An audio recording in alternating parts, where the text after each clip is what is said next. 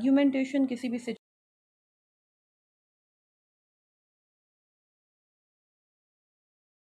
Assalamu alaikum.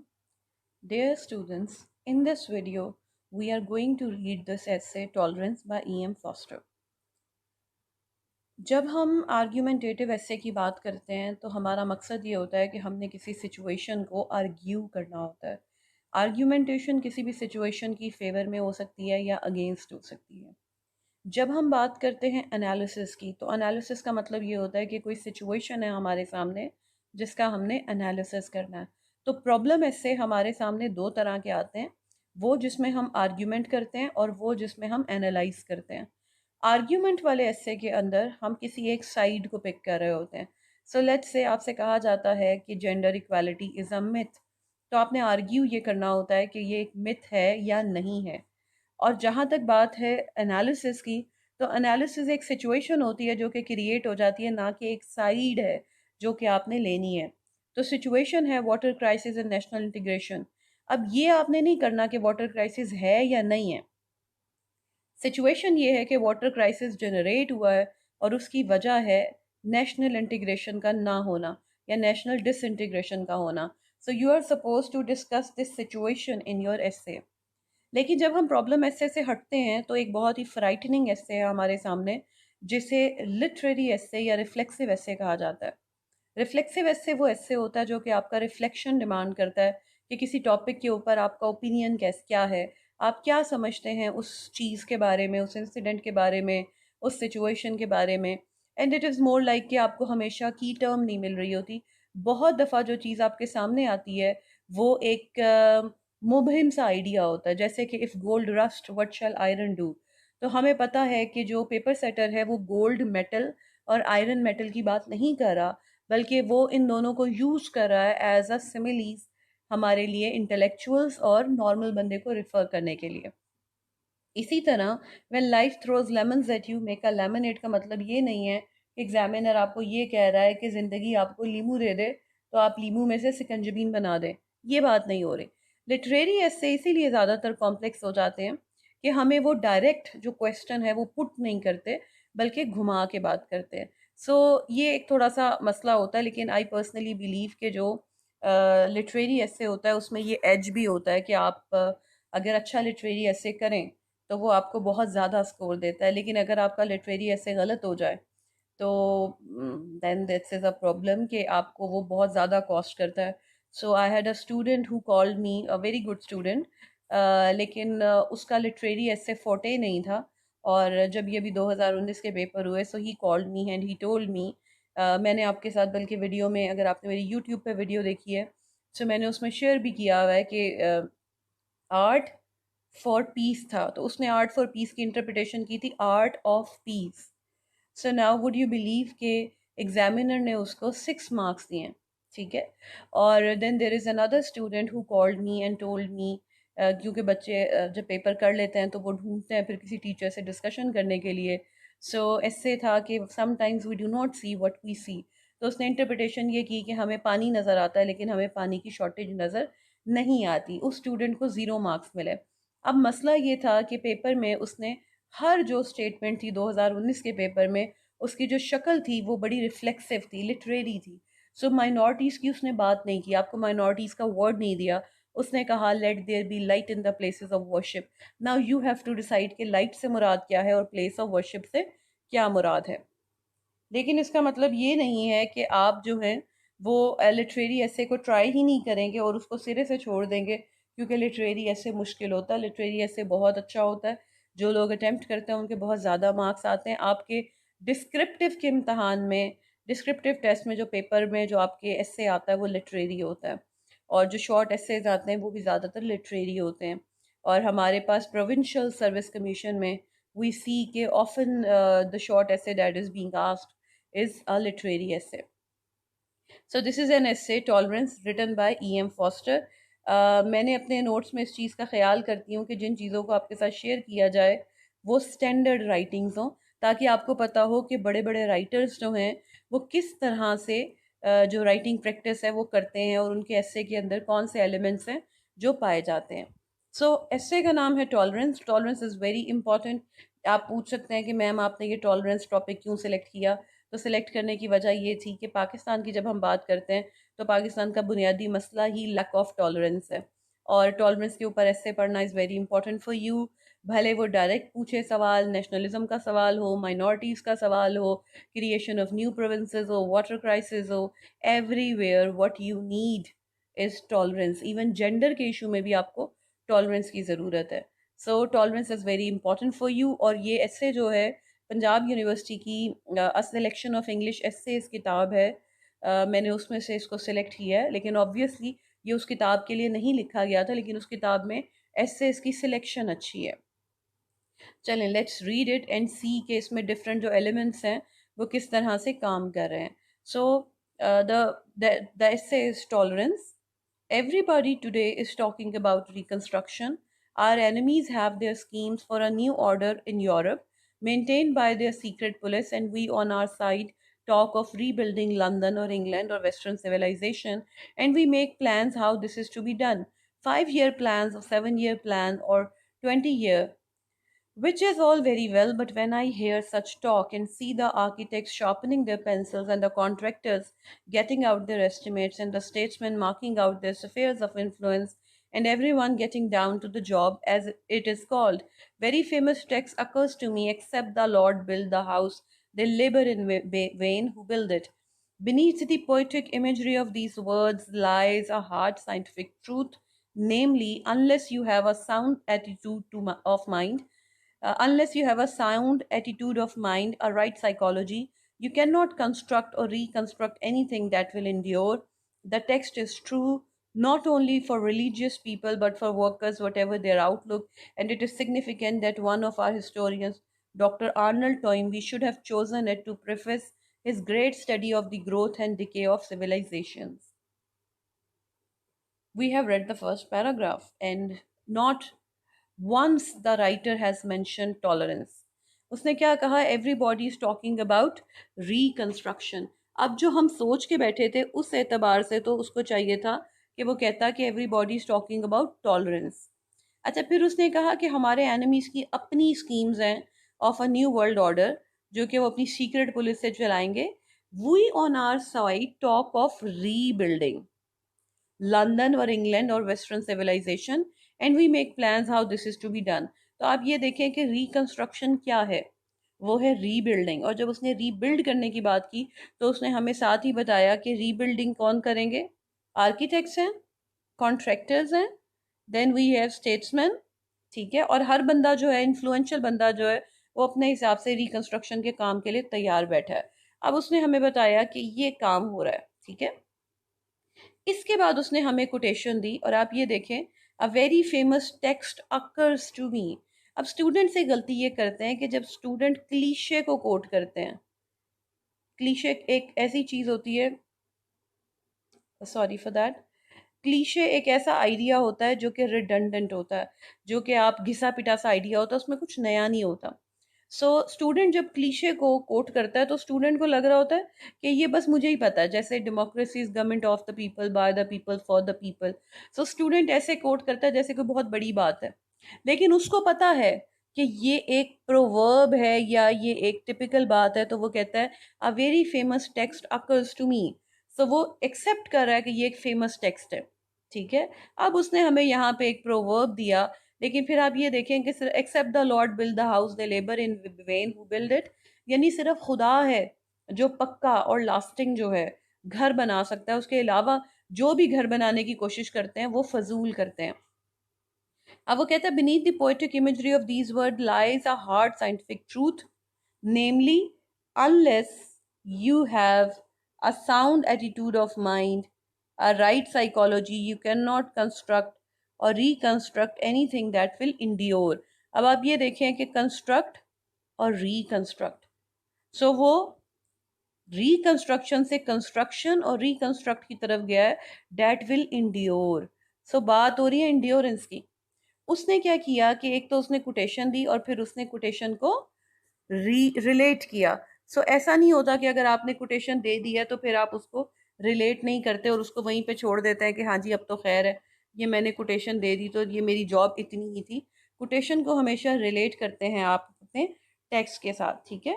सो अब हुआ ये है कि उसने कहा जी the text is true not only for religious people but for workers whatever their outlook and it is significant then one of the historians. अब उसने साथ ही कहा कि ये सिग्निफिकेंट बात ये थी कि हमारा जो हिस्टोरियन है डॉक्टर आर्नल्ड टोइनबी है, उससे चाहिए था कि वो इसी आइडिया के साथ अपने जो उसका काम है उसको प्रिफेस बना लेता। तो साथ ही उसने इम्पोर्टेंस जो है उसको भी हाईलाइट कर दिया कि ये चीज़ कितनी इम्पोर्टेंट है।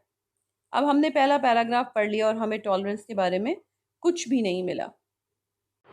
अब अगले पैराग्राफ में वो कहता है we shall probably agree on this point surely the only sound foundation for a civilisation is a sound state of mind. अब उसने ये जो हमारे साथ ऊपर बात की थी कि भाई एक साउंड एटीट्यूड ऑफ माइंड चाहिए, राइट साइकोलॉजी चाहिए, अब वो दोबारा इसी पॉइंट को लेके चला। उसने कहा जी एक साउंड फाउंडेशन जो है वो हमें चाहिए एक सिविलाइजेशन के लिए, एक साउंड स्टेट ऑफ माइंड चाहिए, ठीक है। तो अब यहाँ से वो आगे चला। अब उसने फिर वही बात, architects, contractors, international commissioners, marketing boards, broadcasting corporations will never by themselves build a new world. So ये वही बात चल रही है रीबिल्डिंग की, बिल्डिंग की, कंस्ट्रक्ट करने की, रिकंस्ट्रक्ट करने की। They must be inspired by the proper spirit and there must be the proper spirit in the people for whom they are working. So हमें सिर्फ उन लोगों में प्रॉपर स्पिरिट नहीं चाहिए जो कि ये काम करें, बल्कि हमें उनमें भी चाहिए, उन लोगों में जिनके लिए ये काम किया जा रहा है। For instance we shall never have a, अब ये देखिए फॉर इंस्टेंस, अगर वो हमें मिसाल दे के नहीं समझाएगा तो हमें क्या पता कि वो किस चीज़ की बात कर रहा है। वो कह रहा है we shall never have a beautiful new London until people refuse to live in ugly houses. At present, they don't mind. They demand comfort but are indifferent to civic beauty. Indeed, they have no taste. I live myself in a hideous block of flats, but I can't say it worries me, and until we are worried, all schemes for reconstructing London beautifully must automatically fail. अब वो reconstruction की बात कर रहा था, हमें समझ आई कि रिकंस्ट्रक्ट किस जगह को करना है, लंदन को। अच्छा आप ये भी देखें कि क्योंकि वो राइटर है और राइटर कोई चीज़ लिख रहा है या हम कोई चीज़ अखबार में पढ़ते हैं तो आई का इस्तेमाल होता है। I is first person narrative. सो अगर आपने इस्तेमाल करना हो तो आप आई या वुई का इस्तेमाल कर सकते हैं।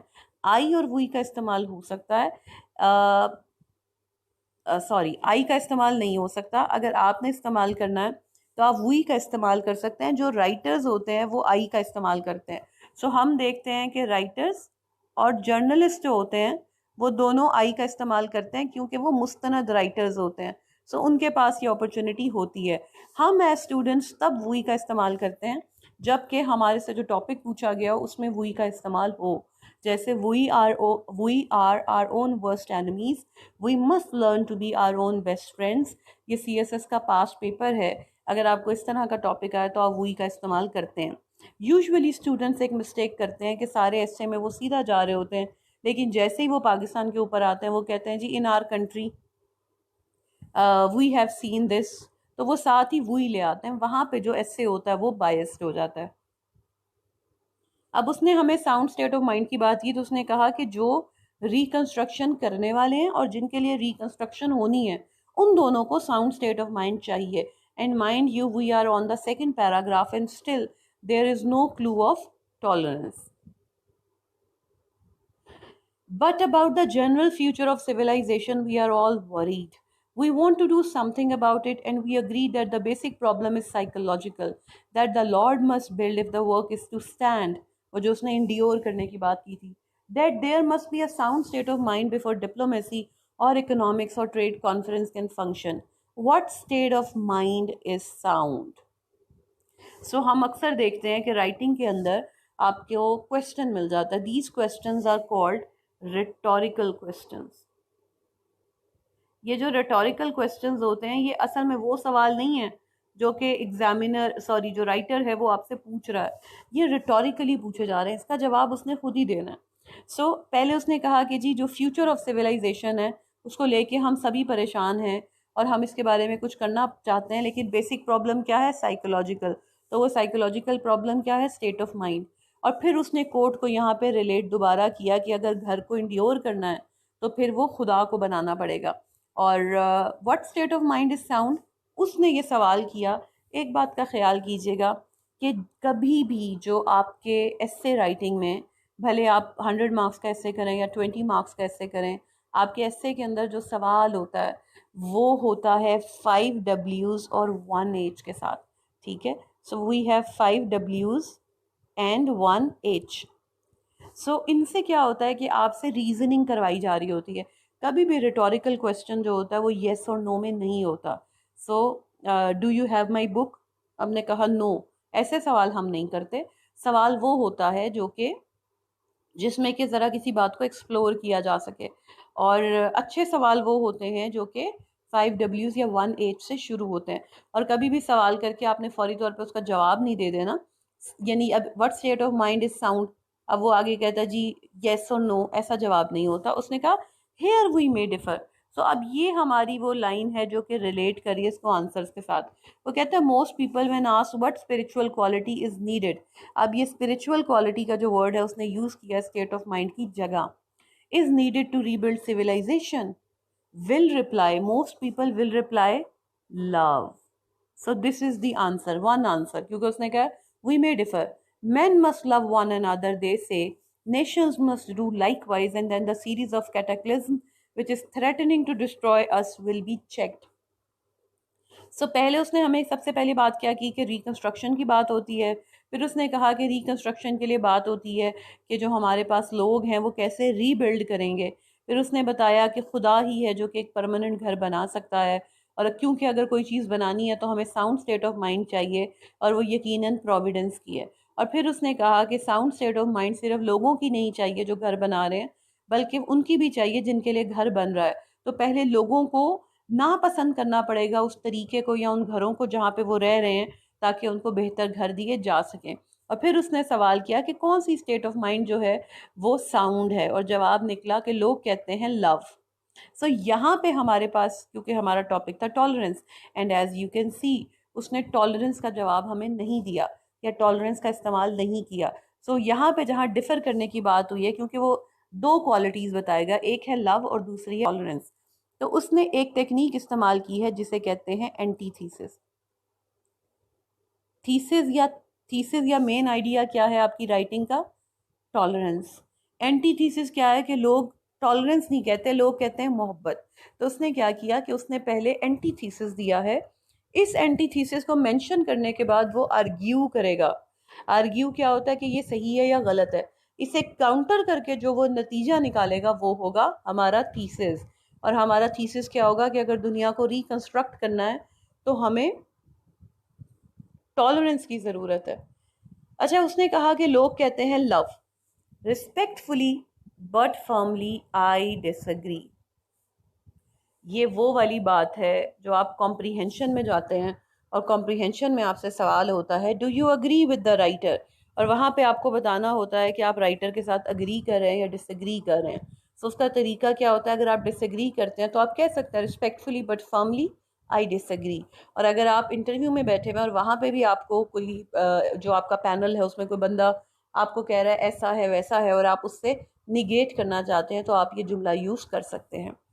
और ये मैंने कहा आप कह सकते हैं आई डिसएग्री। कॉम्प्रीहेंशन का सवाल वो वाहिद सवाल है जिसके जवाब के अंदर आप आई का इस्तेमाल कर सकते हैं, क्योंकि वो आपसे पूछ रहा है। अच्छा, अब उसने कहा आई डिसएग्री, ये उसका ओपिनियन हो गया। कॉम्प्रीहेंशन वाले सवाल के अंदर भी जब आपने राइटर के साथ डिसएग्री करना है तो आपने आर्ग्यूमेंट देना है, ठीक है। अब ये देखिए कि उसने आर्ग्यूमेंट कैसे दिया। Love is a great force in private life, it is Indeed the greatest of all things, but love in public affairs simply does not work. अब ये उसका टॉपिक सेंटेंस है, ठीक है। उसने कहा कि जी ये जो है ये जो पब्लिक लाइफ है उसमें काम नहीं करता। अब वो हमें आगे बताता है, उसकी मिसाल देता है, जगह गिनवाता है कि it has been tried again and again by the Christian civilisation of the Middle Ages and also by the French Revolution, a secular movement which reasserted the brotherhood of man, and it has always failed. उसने पहले तो हमें मिसाल दे दी supporting detail number 1 में कि भाई ये लोग हैं जिन्होंने ट्राई किया और ये आइडिया जो है वो फेल हो गया। The idea that nations should love one another.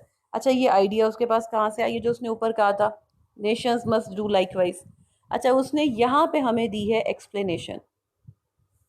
So वो कहते हैं the idea that nations should love one another or that business concerns or marketing boards should love one another or that a man in Portugal say should love a man in Peru of whom he has never heard.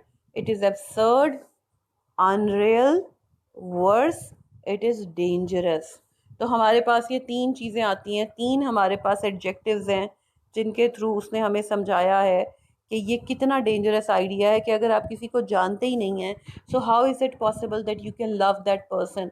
Absurd है, ये sense नहीं बनाता, unreal है भाई, ऐसा होता ही नहीं है। Dangerous, it is very dangerous.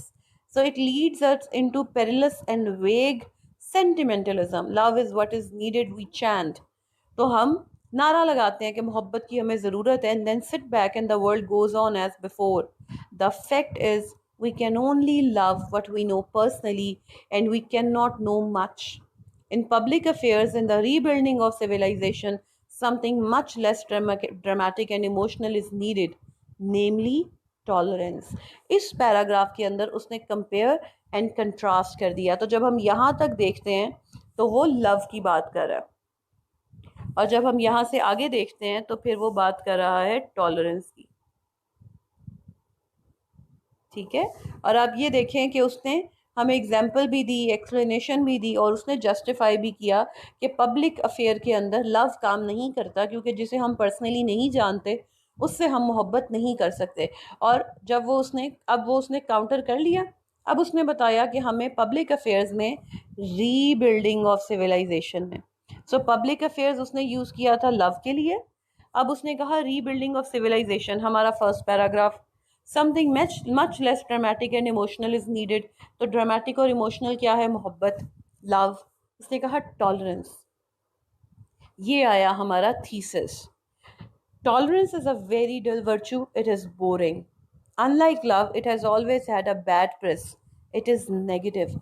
अब आप ये देखें, tolerance is a very dull virtue, ये आपका लिंकिंग वर्ब है। लिंकिंग वर्ब क्या करता है कि हमारे सब्जेक्ट को किसी नाउन या एडजेक्टिव के साथ लिंक कर देता है।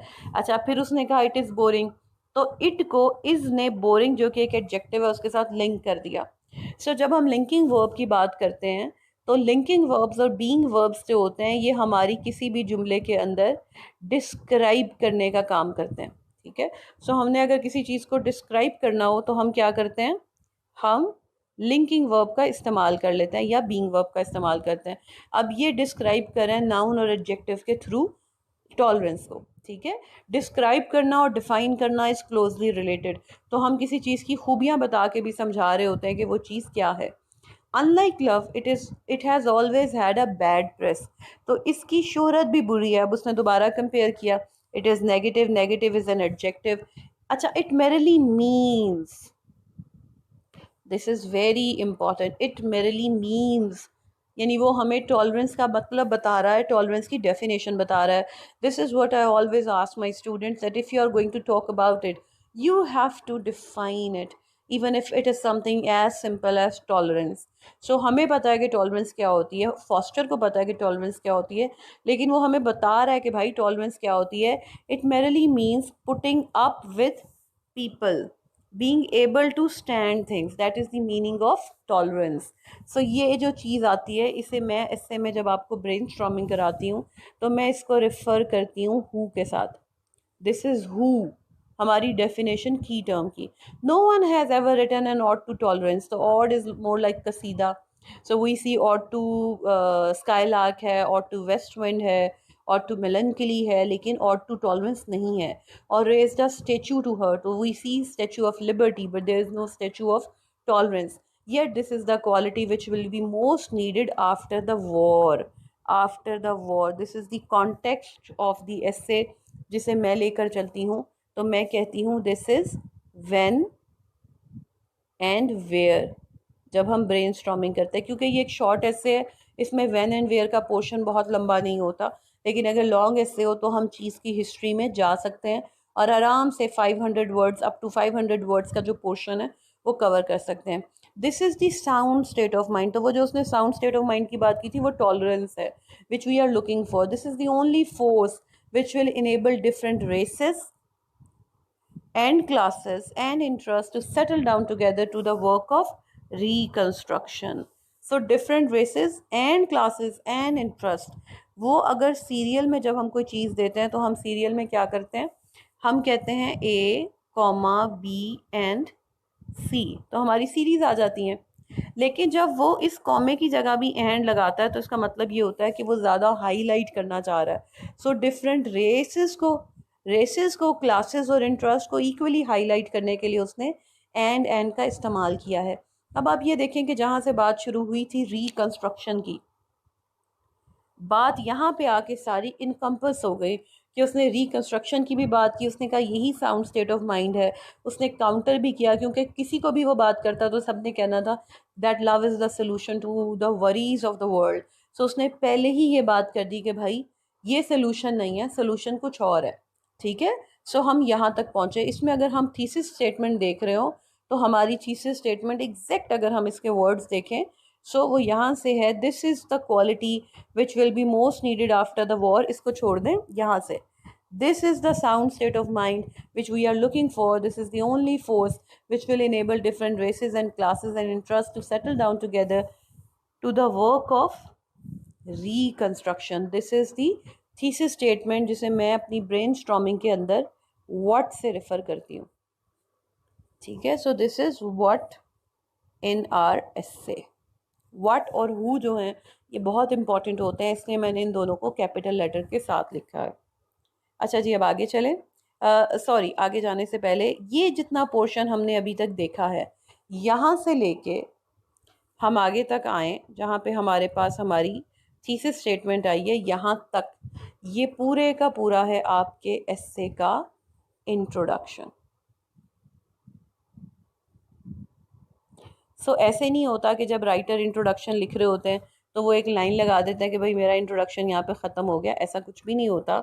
हाँ, वो जब लिख रहे होते हैं तो ज़ाहिरी बात है कि इंट्रोडक्शन चलता है, and as you can see this is going on and on and on and these are 3 good paragraphs. ठीक है, सो इसमें प्रीव्यू भी नहीं है। शॉर्ट एस्से के अंदर प्रीव्यू या शॉर्ट समरी जो होती है या रोड मैप जो होता है वो नहीं दिया जाता क्योंकि वो ऑलरेडी शॉर्ट एस्से होता है। दूसरी बात ये कि इंट्रोडक्शन की जो क्वालिटी होती है या इंट्रोडक्शन लिखने का जो तरीका होता है वो रिटेन किया जाता है। और आप देखें कि वो तो 600 से 800 वर्ड्स के आर्टिकल के अंदर भी, अखबार के अंदर, वो जो हमारे तरीके हैं अटेंशन कैचर के वो इस्तेमाल किए जाते हैं। राइटिंग की खूबसूरती ये होती है कि आप अपने टॉपिक को इंट्रोड्यूस कैसे करवाते हैं। सो वी सी के हमारे पास यहाँ पे 3 पैराग्राफ्स के अंदर इंट्रोडक्शन दिया गया है। सो अब हम इससे आगे मूव करते हैं। The world is very full of people, appallingly full. It has never been so full before, and they are all tumbling over each other. Most of these people one doesn't know, and some of them one doesn't like the color of their skins, say, or the shapes of their noses, or the way they blow them, or don't blow them, or the way they talk, or their smell, or their clothes, or their fondness for jazz, or their dislike of jazz, and so on. Well, what is one to do? अब ये उसने दोबारा से यहाँ पे किया rhetorical question का इस्तेमाल। So there are 2 solutions. अब क्या हुआ कि दुनिया जो है वो नफरत की हद तक लोगों से भरी हुई है, और इतनी भरी हुई है कि लोग एक दूसरे के ऊपर टम्बल ओवर कर रहे हैं, गिरे पड़े हैं एक दूसरे के ऊपर। और बहुत सारे लोग हैं जिनको हम पसंद नहीं करते तो हमारे पास 2 सोल्यूशन है। एक सोल्यूशन क्या है जी, वही नाज़ी सोल्यूशन है। नाज़ी सोल्यूशन क्या है? If you don't like people, kill them. अच्छा, ये उसने जो कॉन्ट्रैक्शन का इस्तेमाल किया, कॉन्ट्रैक्शन क्या है? Do not. ठीक है, सो उसने डोंट लिखा है, आपने कॉन्ट्रैक्शन का इस्तेमाल नहीं करना। So if you are writing do not, so you will write do और नॉट।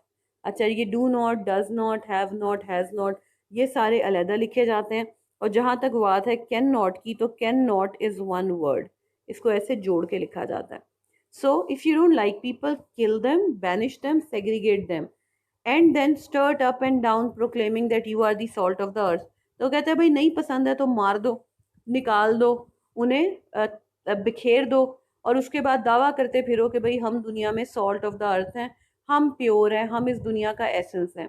अच्छा, अब दूसरा रास्ता क्या है? The other way is much less thrilling, but it is on the whole the way of the democracies, and I prefer it. So आप democracy का ऐसे करें, डेमोक्रेसी की बात करें कि Y democracy is the way forward, क्योंकि एक डेमोक्रेटिक सोसाइटी के अंदर आपने जो वर्च्यू एग्जिबिट करनी होती है वो होती है tolerance.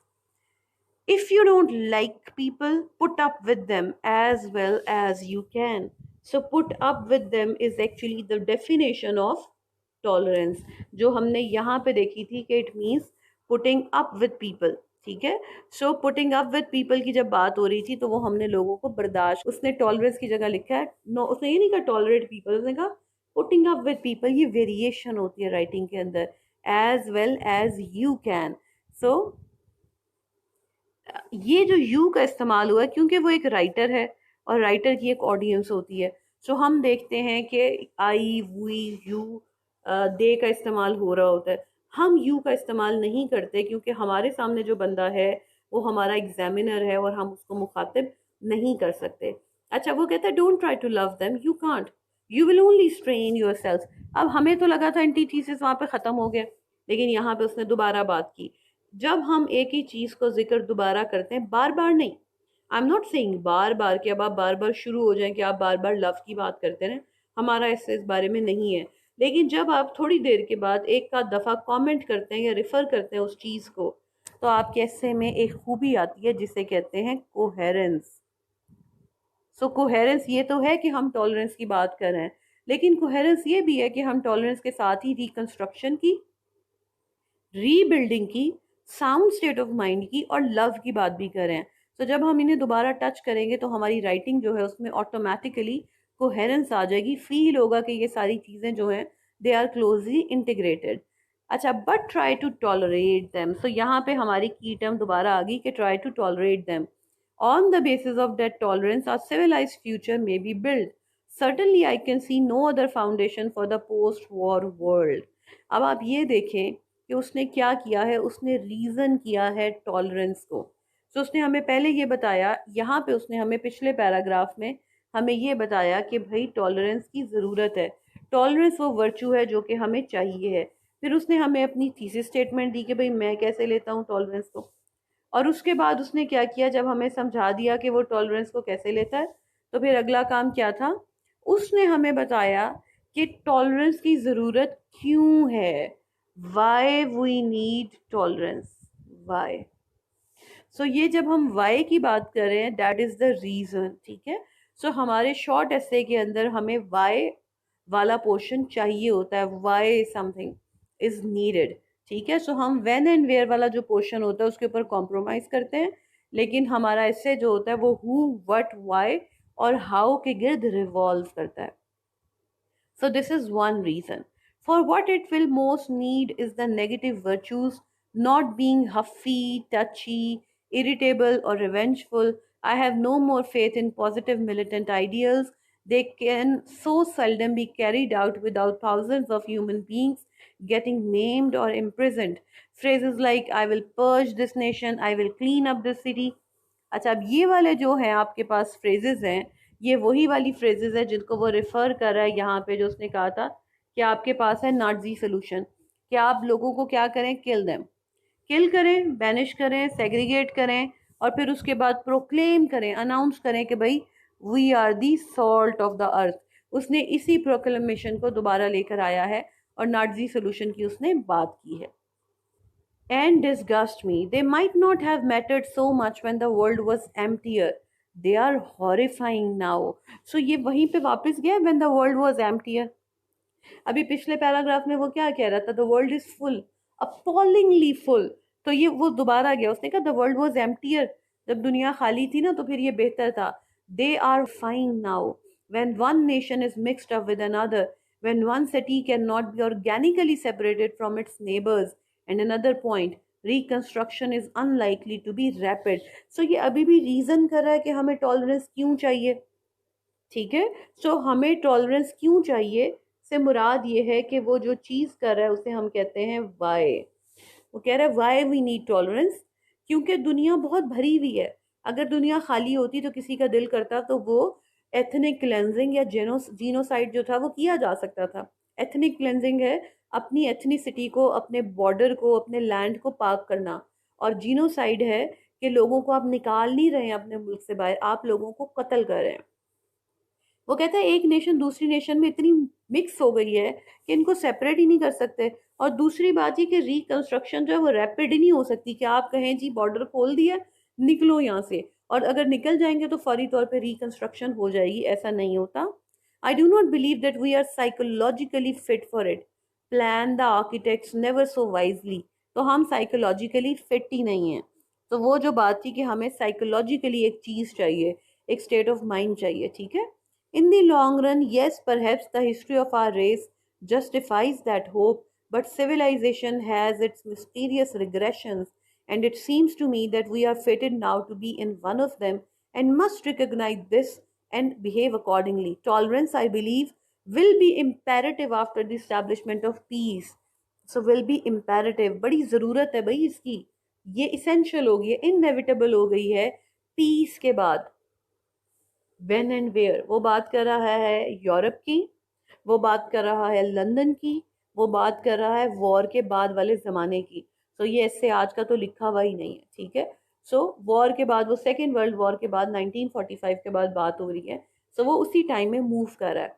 It is always useful to take a concrete instance and I have been asking myself how I should behave after peace was signed, how I should behave. So can you see this word how? How I should behave. तो why तो उसने बता दिया कि भाई एक कौम को दूसरे से अलहदा नहीं कर सकते, दुनिया भरी पड़ी है लोगों से। अब फिर उसने कहा कि भाई how should I manifest tolerance, इसका वो आपको जवाब देगा। I met Germans who had been fighting against us. I shouldn't try to love them. ठीक है? I shouldn't feel inclined. They have broken a window in my little ugly flat for one thing, and they have done other things which I need not specify. But I shall try to tolerate them because it is common sense, because in the post war world we shall have to live with Germans. We can't exterminate them any more than they have succeeded in exterminating the Jews.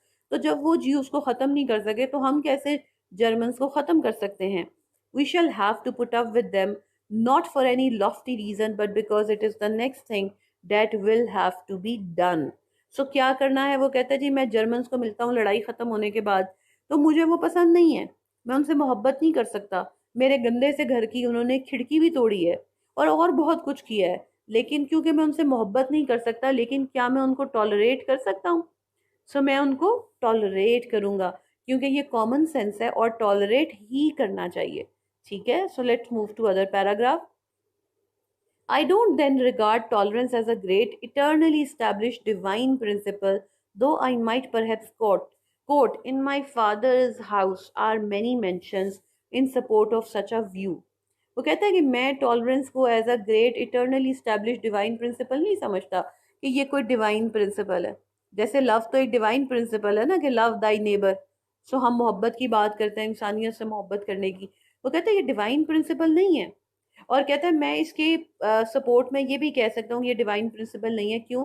क्योंकि in my father's house are many mansions, जिसे हम nation with in nation कहते हैं। भाई मेरे बाप के घर में बड़ी छोटे छोटे से घर बने हुए हैं। वो कहते हैं it is just a makeshift suitable for an overcrowded and overheated planet. तो मेक शिफ्ट अरेंजमेंट क्या होता है जो बाद में बदल सकता है?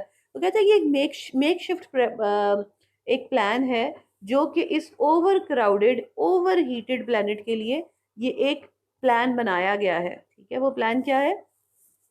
It carries on when love gives out, and love generally gives out as soon as we move away from our home and our friends and stand in a queue for potatoes.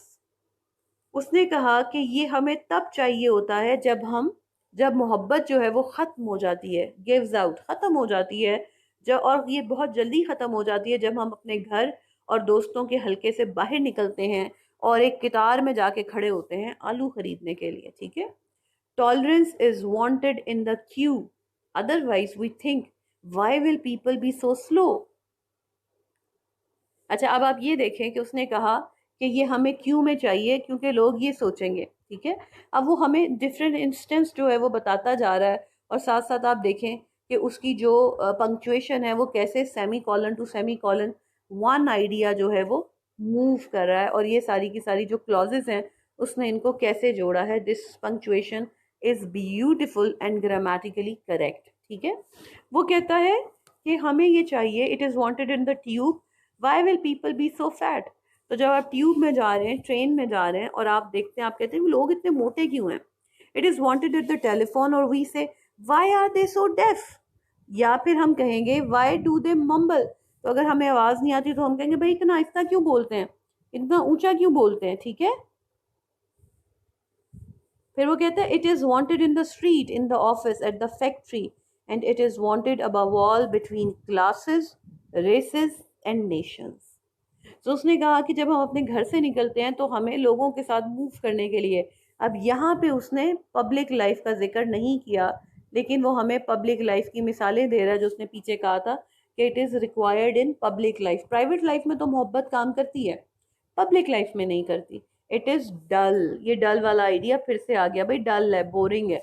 And yet it entails imagination, for you have all the time to be putting yourself in someone else place which is desirable spiritual exercise. अच्छा, ये यहाँ से full stop खत्म होगा और ये विच का W जो है स्मॉल होगा। सो एक डिज़ायरेबल एक्सरसाइज स्पिरिचुअल क्या है कि हम दूसरे की पोजीशन में अपने आप को रखें और हम सोचें कि दूसरा कैसे इस तरह से बिहेव कर रहा है या कैसे परफॉर्म कर रहा है, और हम उसकी सिचुएशन को बेहतर तौर पे अंडरस्टैंड कर सकें। ठीक है, सो यहाँ पे अगेन बात ये हुई कि ये एक डिवाइन प्रिंसिपल तो नहीं है, ठीक है, लेकिन ये एक मेक शिफ्ट अरेंजमेंट ज़रूर है जो कि मोहब्बत की जगह पे काम आया है। और फिर उसने हमें बताया है कि कैसे ये भी हाउ चल रहा है, कैसे हम अगर पब्लिक लाइफ में मूव करते हैं तो कैसे हम लोगों के साथ गुजारा कर सकते हैं।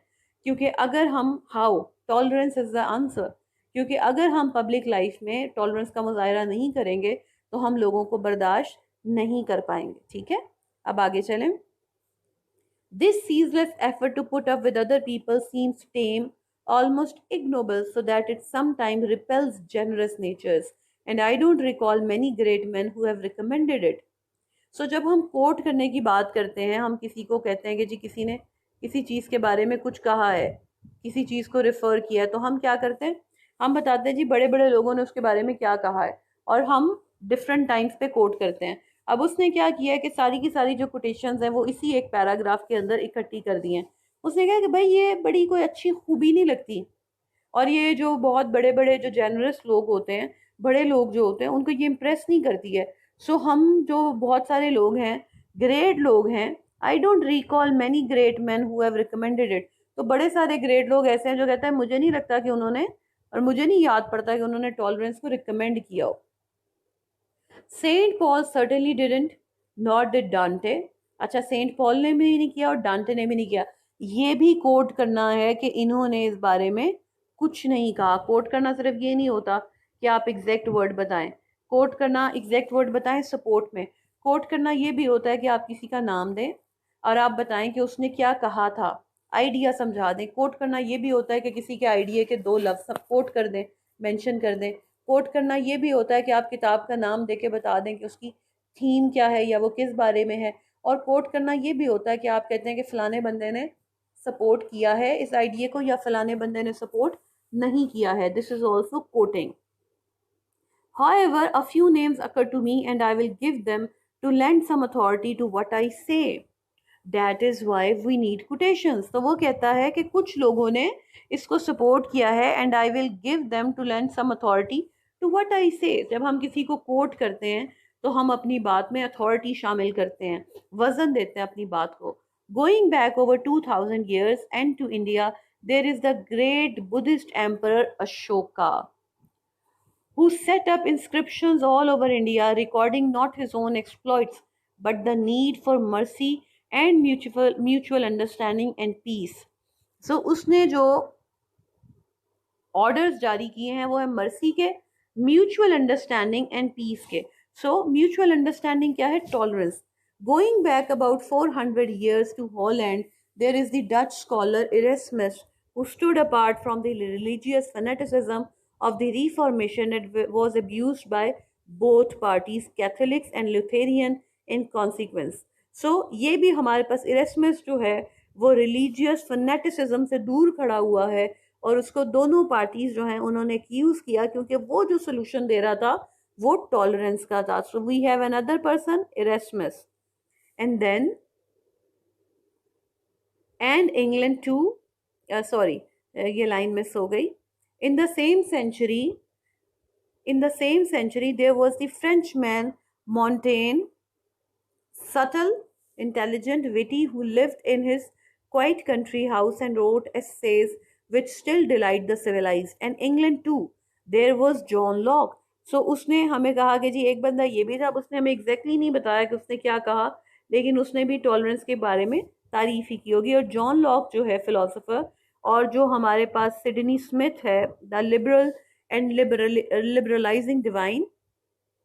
There was a man who recently died, Lowes Dickinson. ठीक है, तो ये कुछ लोग हैं जिन्होंने सपोर्ट किया है.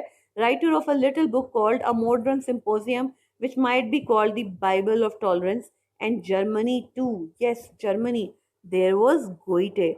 सो ये सारे लोग हैं जिन्होंने इसको सपोर्ट किया है. और हमारे पास सेंट पॉल और डांटे वो लोग थे जिन्होंने सपोर्ट नहीं किया. अब आप ये देखेंगे किसी के भी एग्जैक्ट वर्ड्स नहीं हैं, लेकिन उसने कोट किस तरह किया कि इन्होंने सपोर्ट किया है. And why he has highlighted Germany and Germany too, yes Germany, क्योंकि जर्मनी है जिसने सेकेंड वर्ल्ड वॉर को लीड किया है, और जर्मनी है जिसने एक्सटर्मिनेट किया है ज्यूज को. तो वो कहता है जर्मनी में भी कोई बैठा है जो टॉलरेंस की बात करता है. All these men testify to the creed which I have been trying to express. यानी वो अब यहाँ पे कह रहा है जी मैं जो कह रहा हूँ ना, वो ये सब भी कह रहे हैं. वो क्या है? A negative creed, but very necessary for the salvation of this crowded, jostling modern world. एक नेगेटिव क्रीड है टॉलरेंस, लेकिन इन सब ने टेस्टिफाई किया है उसी टॉलरेंस को जो कि बहुत ज़रूरी है इस क्राउडेड जॉस्टलिंग मॉडर्न वर्ल्ड के अंदर.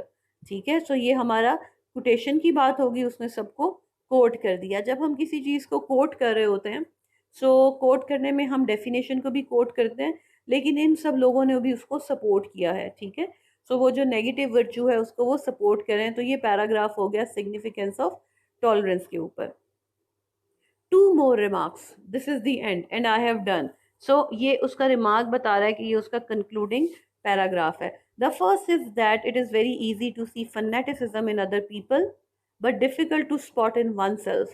Take the evil of racial prejudice. We can easily depict it in the Nazis.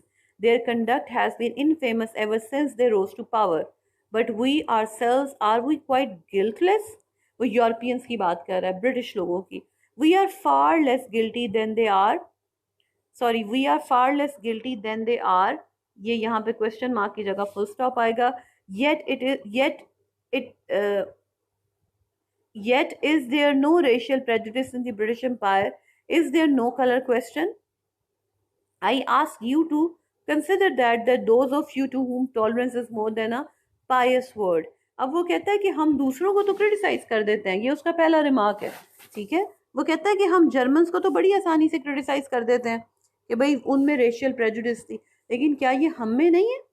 अब अगर हम कॉलोनाइजेशन का एक्सपीरियंस देखते हैं, पर्टिकुलरली ई.एम. फॉस्टर खुद जो है वो पाकिस्तान में भी आया, वो गवर्नमेंट कॉलेज में रहा. और अगर आप ई.एम. फॉस्टर का नावल देखें पैसेज टू इंडिया, तो उसमें वो रेफ़र करता है पक्का साहब और कच्चा साहब. तो कच्चा साहब जो है वो फॉस्टर की अपनी पर्सनालिटी को रिप्रेजेंट करता है, क्योंकि जब ये इंडिया आया था तो ये बहुत घुल मिल गया था. सो ये अब अपने लोगों को क्रिटिसाइज कर रहा है कि क्या हम नहीं है बायस्ड, हम में रेशियल प्रेजुडिस नहीं है. दूसरा रिमार्क क्या है? Is to forestall a criticism. Tolerance is not the same as weakness. तो उसने हमें थ्रू आउट एक बात की कि भाई टॉलरेंस को वीकनेस समझा जाता है. अब वो हमें बता रहा है कि tolerance is not the same weakness. Putting up with people does not mean giving up, giving in to them. So putting up with people does not mean giving in to them. Give in करना होता है हथियार डालना, घुटने टेकना. वो कहता है लोगों को बर्दाश्त करने का मतलब ये नहीं है कि आपने घुटने टेकने हैं. This complicates the problem, but the rebuilding of civilization is bound to be complicated. I only feel certain that unless the Lord builds the house, they will labor in vain who build it. Perhaps when the house is completed, love will enter it, and greatest force in our private lives will also rule in public life. So यहाँ पे आके उसने हमें दूसरा comment दिया जिसमें उसने कहा कि हम जो दुनिया को बनाने की बात कर रहे हैं टॉलरेंस के साथ, वो एक नेगेटिव विर्चू नहीं है. वो वीकनेस नहीं है, क्योंकि लोगों को बर्दाश्त करने का मतलब ये नहीं है कि हम लोगों के सामने हथियार डाल देंगे। और इससे, इस बात से हमारी प्रॉब्लम मुश्किल ज़रूर होती है टॉलरेंस से, लेकिन ये जो रिकंस्ट्रक्शन ऑफ द वर्ल्ड है ये कॉम्प्लिकेटेड होगी। अब ये यहाँ पे उसने अपना दूसरा कमेंट दिया। और जब हम कंक्लूजन की बात करते हैं तो कंक्लूजन एक पॉजिटिव नोट पे एंड होता है, होप होती है फ्यूचर के लिए। वो कहता है मैं मानता हूँ कि खुदा बनाएगा तो खुदा का घर परमानेंट होगा, और लेकिन जब हम घर बना देंगे, when the house is completed, love will enter it and the greatest force in our private life will also rule in public life. तो ये उसने प्रिडिक्शन कर दी कि जब घर बन जाएगा टॉलरेंस के साथ तो फिर इसके अंदर मोहब्बत भी शामिल हो जाएगी। सो हमारे ऐसे की जो बॉडी थी वो यहाँ पे जाके ख़त्म होती है, जो कि हमारे थर्ड पैराग्राफ से, फोर्थ पैराग्राफ से शुरू हुई थी। यानी बॉडी ऑफ आर एसे जो थी, सॉरी, ये जो हमारा शुरू का 1 2 3 पैराग्राफ से ये इंट्रोडक्शन था, और उस इंट्रोडक्शन के बाद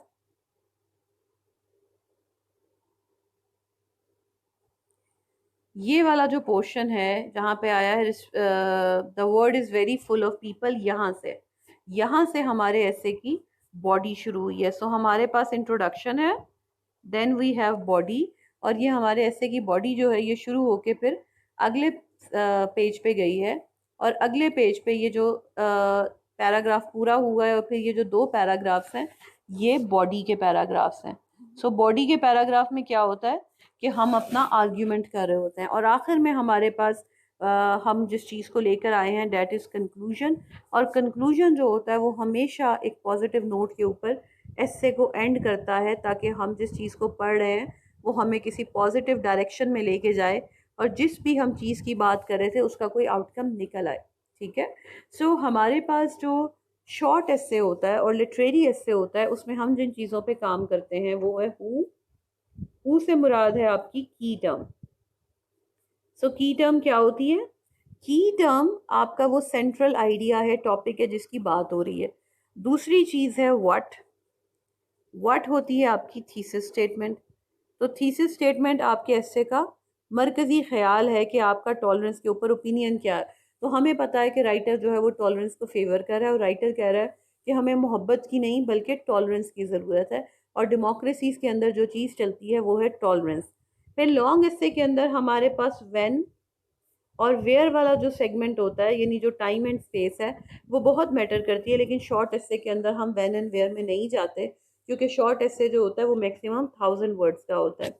उसके बाद जो हमारे पास 2 बड़े इंपॉर्टेंट इंडिकेटर्स हैं वो है वाई और हाउ। आप इसको खुद से एडजस्ट भी कर सकते हैं, इनको चेंज भी कर सकते हैं, लेकिन ये आपकी अपनी अंडरस्टैंडिंग पे डिपेंड करता है। वाई यूजुअली हम कहते हैं कॉजेज़ को, और हाउ जो होता है डैट इज़ दी सोल्यूशन।